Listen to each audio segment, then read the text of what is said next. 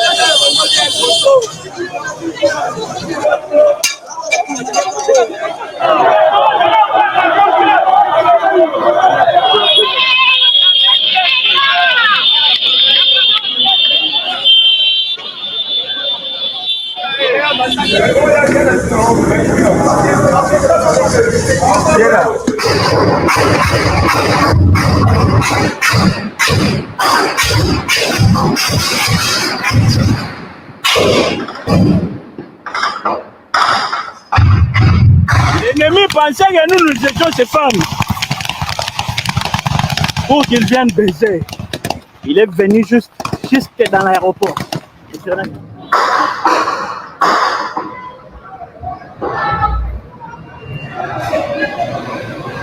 Wow, disturbing scenes indeed. The French embassy was among those attacked, with protesters setting fires that were later brought under control. French Minister Jean-Noël Barrot condemned the attacks as unacceptable and emphasized that measures were being taken to protect diplomatic personnel and citizens. The unrest in Kinshasa was sparked by the M23 rebels' seizure of Goma's airport, a strategic location in the eastern DRC. The offensive led to numerous deaths and injuries, with reports of shootings, explosions, rapes, and looting.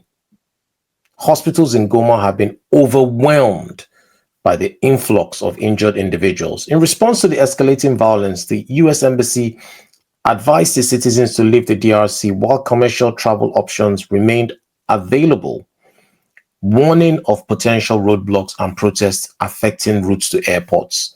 The situation remains tense, with international calls for a ceasefire and increased diplomatic efforts to address the crisis. So what caused this crisis? Like I said earlier, the unrest in Kinshasa was triggered by anger over the ongoing M23 rebel offensive in eastern Congo, particularly in Goma, where the rebels recently seized the airport and advanced towards the city center. Protesters in the capital blamed several foreign countries, including France, Belgium, the US, Rwanda, Uganda, and Kenya, for either supporting the rebels or not doing enough to stop them. Now, what caused this unrest? The M23 rebel group, believed to be backed by Rwanda, intensified attacks in North Kivu, capturing Goma's international airport and threatening the city.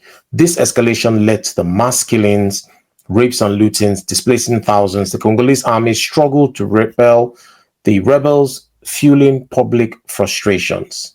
There's been a lot of accusation against foreign countries. Many Congolese believe that France, the US, and Belgium are not doing enough to pressure Rwanda to stop its alleged support for M23.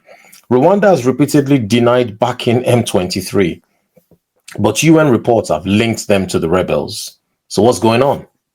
Protesters stormed embassies in Kinshasa, blaming these nations for either actively or passively enabling M23 attacks. Now, there has been historic tensions between the DRC and Rwanda. Relations between DRC and Rwanda have been tense for decades, particularly over the presence of armed groups in eastern Congo.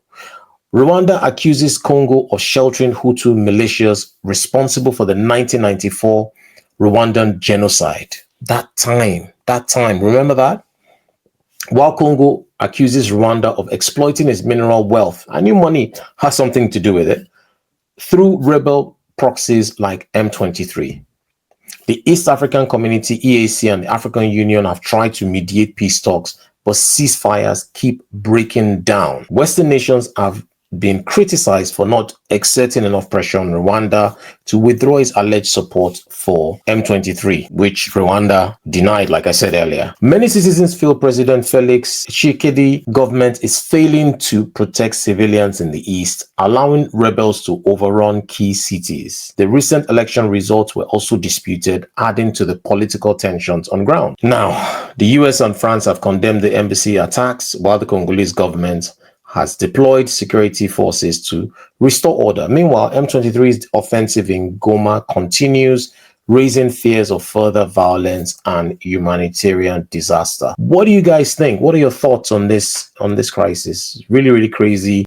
People have been injured. Like I said earlier, hospitals have been overwhelmed. It's a really, really crazy situation ongoing in Congo at the moment. If I hear any other thing, I'll do another video on this. If you're new to my channel, please subscribe, like, share, comment, and I'll see you in the next one.